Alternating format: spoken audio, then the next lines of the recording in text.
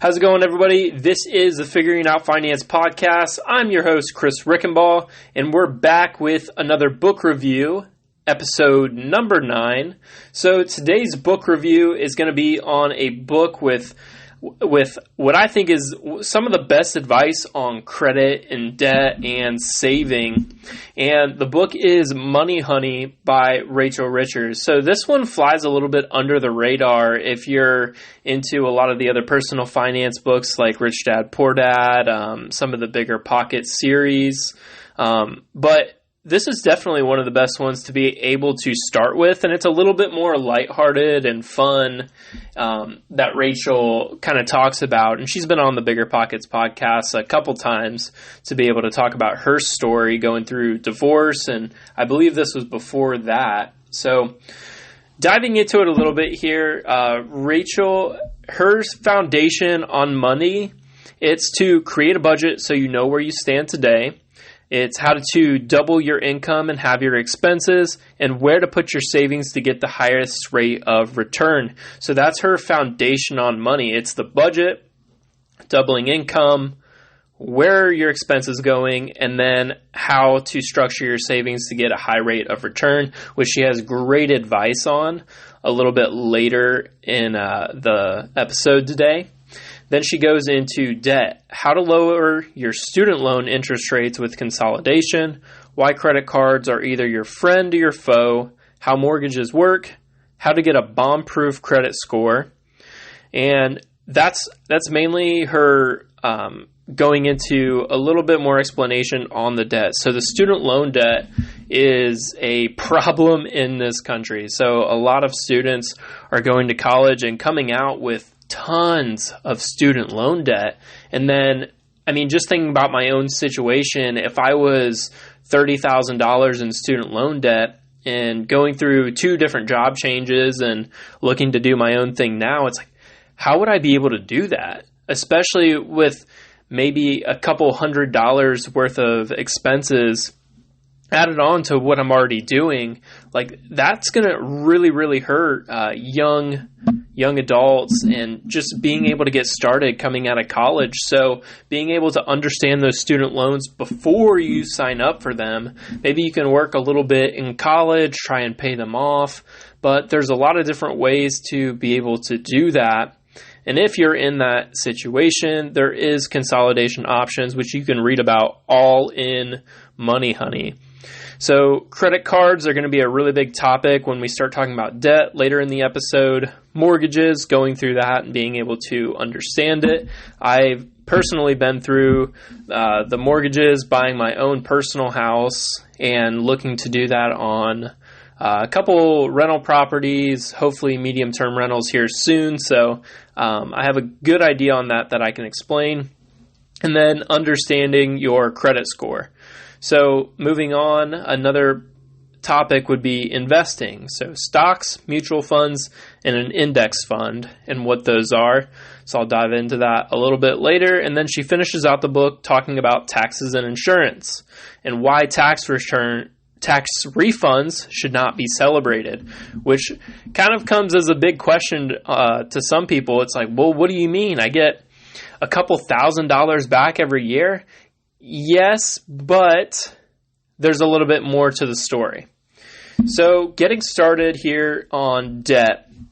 So there's no such thing as good debt. It's either tolerable debt or bad debt. And that's what Rachel explains in the book. And then following all the other personal finance books that you're thinking of, it's how do you increase your assets and how do you reduce your liabilities. So I just explained that it'll be Friday's podcast of the Rich Dad, Poor Dad series, but increase your assets, reduce your liabilities, and that's how you're going to be able to become rich, because debt is a liability. It's kind of, think of it like an IOU, but basically it's an amount owed to somebody else. Debt is an amount owed to somebody else. So that mortgage on your house, that's debt.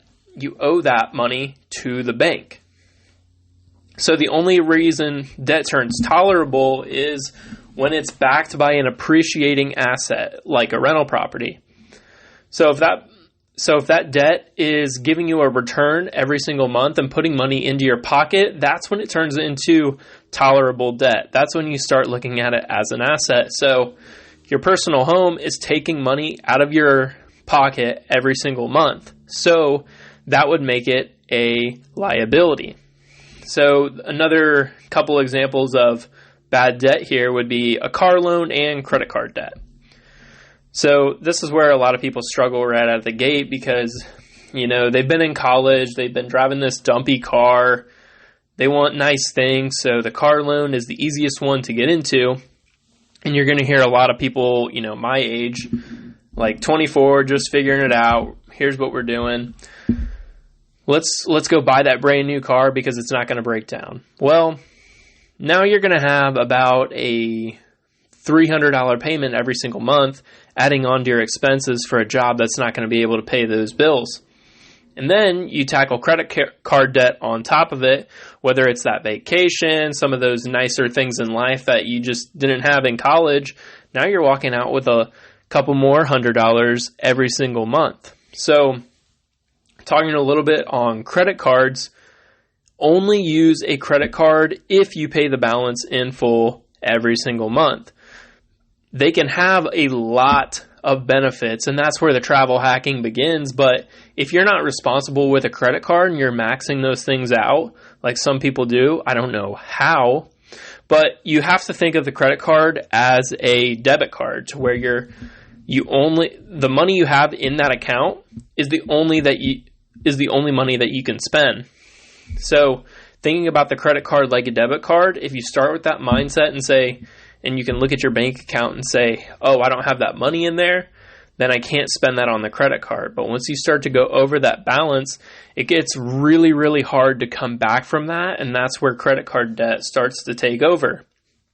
So it may be a low interest rate in the beginning, but credit cards basically are not a problem if you're paying them off every single month. But when you when you put on the 25 to 30% APR if you owe a payment, that's going to stack up a lot. And that's going to really, really hurt your credit score. So moving on to how to save a little bit more. So Rachel really dives into the bucket strategy, where she talks about 4 different buckets, and they're all based on liquidity. So liquidity, if you don't know, is how much cash you have on hand to be able to spend. It would be liquid cash. It's not parked anywhere. It's not a hassle to get out. You could spend it tomorrow if you need to. So the first account that she talks about, number 1, is the emergency account, which you should fill up first. And her advice says you should have at least $1,000 in there, liquid cash, in case something happens. So I've talked about this quite a bit on, how to structure your accounts, and your emergency account should be filled up first before saving, before doing anything, because those unexpected things are going to happen, whether that's a car tire, a nail in the tire, anything in life, you're going to have unexpected things. That's why it's unexpected. So next, after you fill up that emergency account to at least $1,000, that's when you can turn into your medium-term bucket number 2. And this will be to think of as your secondary emergency account. So maybe this is your savings account, but it should be 3 to 6 months worth of expenses if you were to get fired from your job. So this, where you would keep it, you wouldn't just keep it in a checking account. You would want this money stashed in a high-yield savings account to be liquid. So this high-yield savings account is earning interest on the money that you have in that account.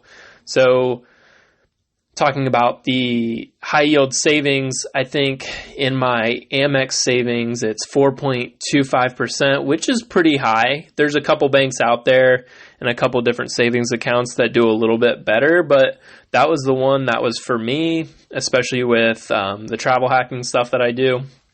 So I put my medium-term savings and emergency account in those, and it earns me, I think I had about $1,000 in it, and earns me a little bit of money every month, and I just keep it in there because that earns me a little bit more.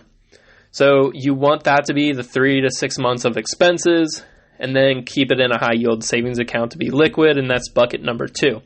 So moving on to bucket number 3, this is your long-term savings account. So this will be your savings for things over a year away that's not retirement. So retirement's for the really long term, which will be the next bucket. But as for bucket number 3 in the long term, this is things that are 2 to 3 years away. Say you're saving up for a house, a car, a big vacation. This is where you're not going to need it to be as liquid because you're not going to need it tomorrow. It's in 2 to 3 years. This is what Rachel expects to put into the stock market to be able to grow a little bit.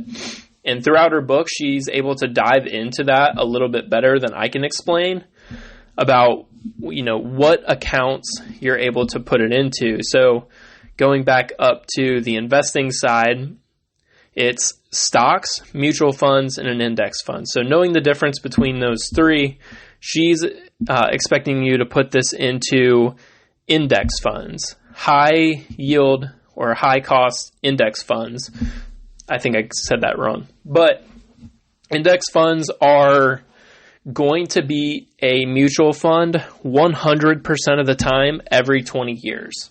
So it's hard to beat anything 100% of the time, but that's what index funds do. Say the S&P 500, the Vanguard ETF.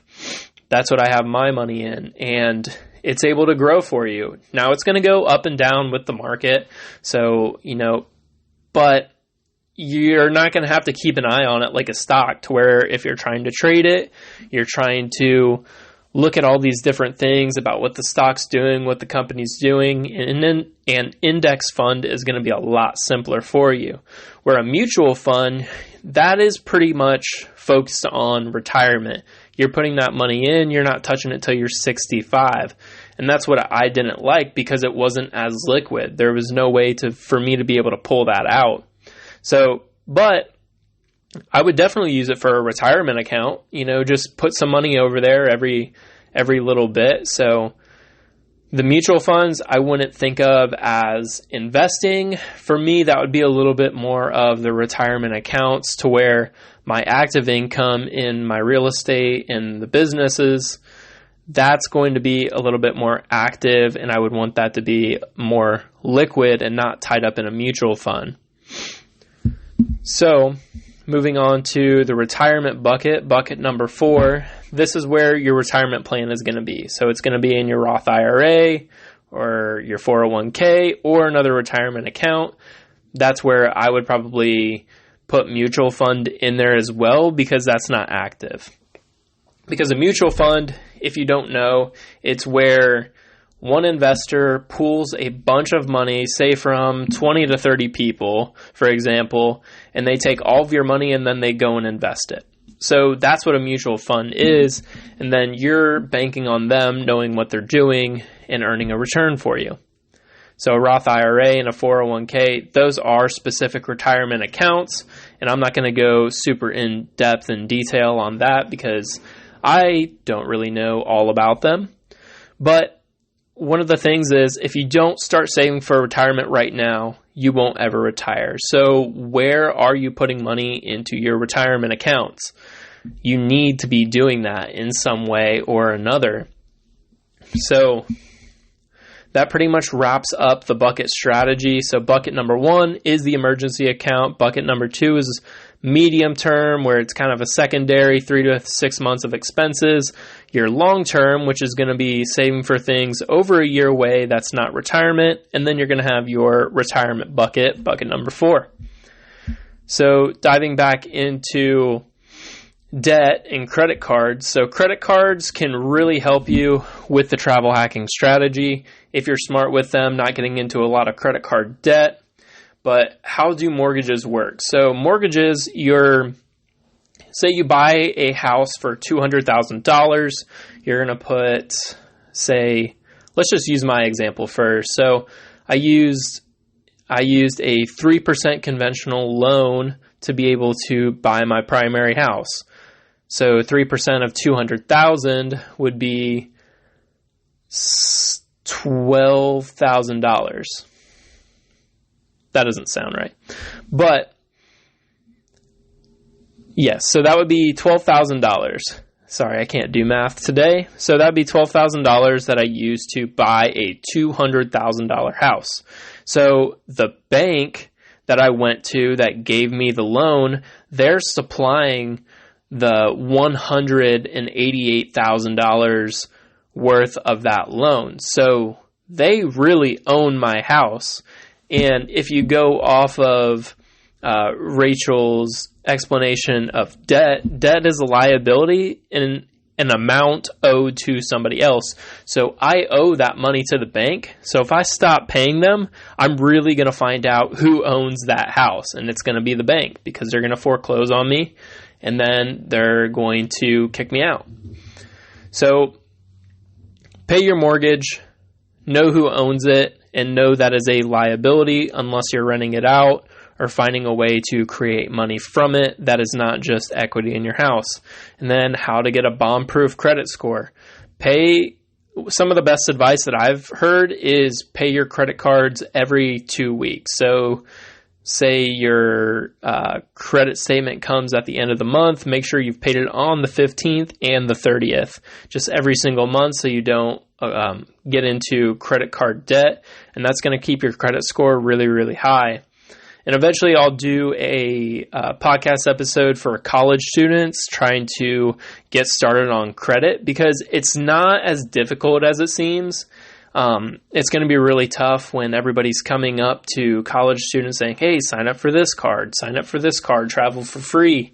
You just need to know what you're signing up for and then pay it off every single month. Don't get yourself into a sticky situation. So going back on the overall view of Money Honey, again, I think it's just great advice on credit and saving and debt, and just understanding from the beginning what you're doing and how to do it. It's a great step-by-step if you're just getting started and maybe you've just read Rich Dad Poor Dad or Set for Life. This would be another step in that personal finance journey of the how-to rather than the overall mindset. So I highly encourage you to check it out. I think you can get it out on Amazon or any of those other bookstores. So go check it out, and then go leave me comments in the description, or check out figuringoutfinance.com, where you can recommend books for me to read or review. And keep following along for the Rich Dad Poor Dad series, as lesson number 2 comes out on Friday, May 3rd. Wow, it's already May. So go check out figuringoutfinance.com. Keep tuning into the podcast, and go take the survey on the website. So thanks for tuning in, and we'll see you next time.